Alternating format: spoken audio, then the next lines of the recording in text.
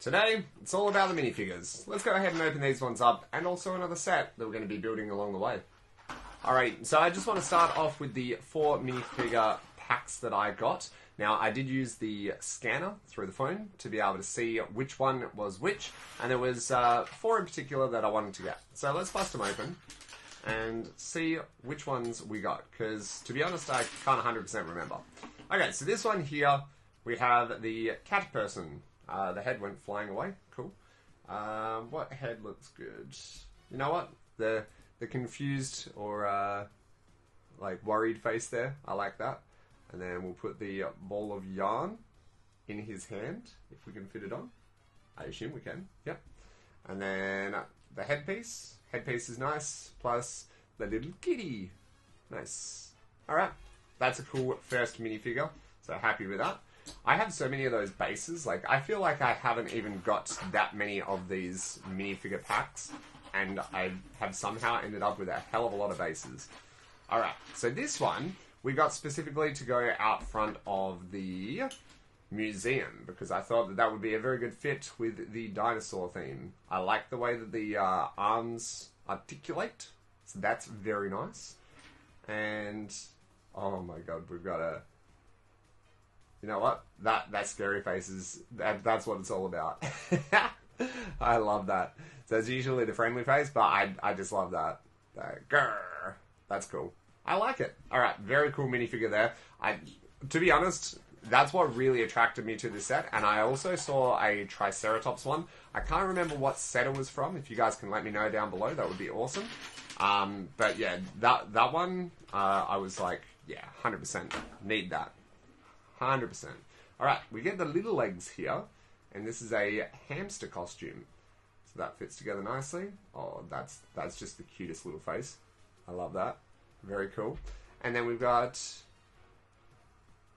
the hamster head. Oh, that is cute.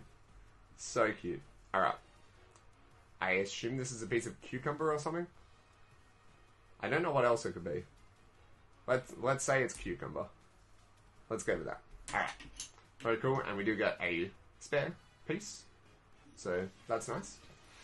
And the final box. I can't remember what the last one would be. What would it be? Would it be the scary guy? Yeah, it's the scary guy. Alright. This is the guy from your nightmares. How does this one go together? Does he just have... Oh, does he have little horns that stick out? Ah, right. So he has little horns that stick out the side here. Going up like that. Okay. I didn't expect the horns to be separate parts. Well, that's totally fine. And then this one just slots on top. So there's no minifigure head on the inside or anything like that. But very cool regardless. And then we go to his little book here as well. All print pieces and no stickers, which I very much appreciate. I hope that one day LEGO will do away with stickers, but, you know, it's going to amp up the price of some sets, especially like the F1 sets. Boo, I love that. It says boo on the front cover. Alright, that is a very cool minifigure as well. I like our 4 that we have there. Very cool. And we got 2 spare parts, which probably not going to be able to do too much with, but that's fine. So we're going to put the minifigures back there. They're out of the way now. And we're going to show off the next set that we've got here. So, this one here is the LEGO Disney Lilo and Stitch Beach House. Now, I plan on supersizing this one.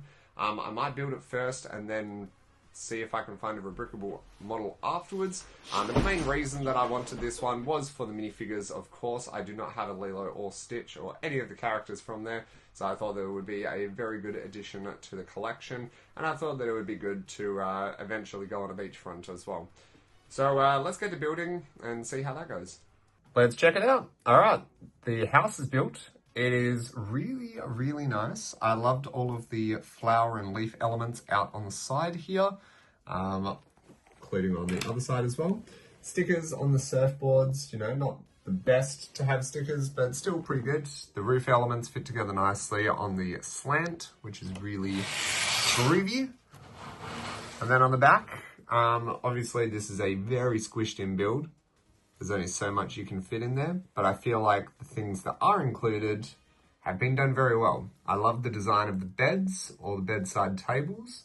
This is Stitch's little bed here, and I couldn't figure out where to put that pineapple sticker. We have found it though. Stitch doesn't fit well in the bed, but that's okay. And then we've got another bed over here to be able to finish off the build.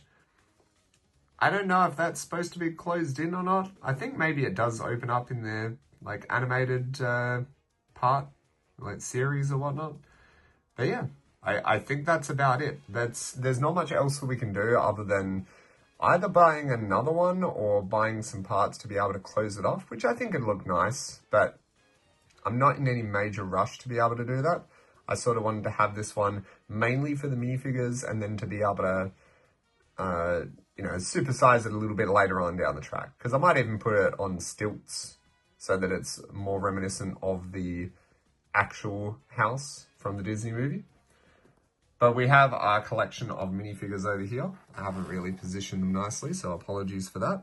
We've got Lilo. I love how the sandals shine through on the bottom of the figure, so leg printing is always nice. The flower in the hair, which is always good, as well as the camera.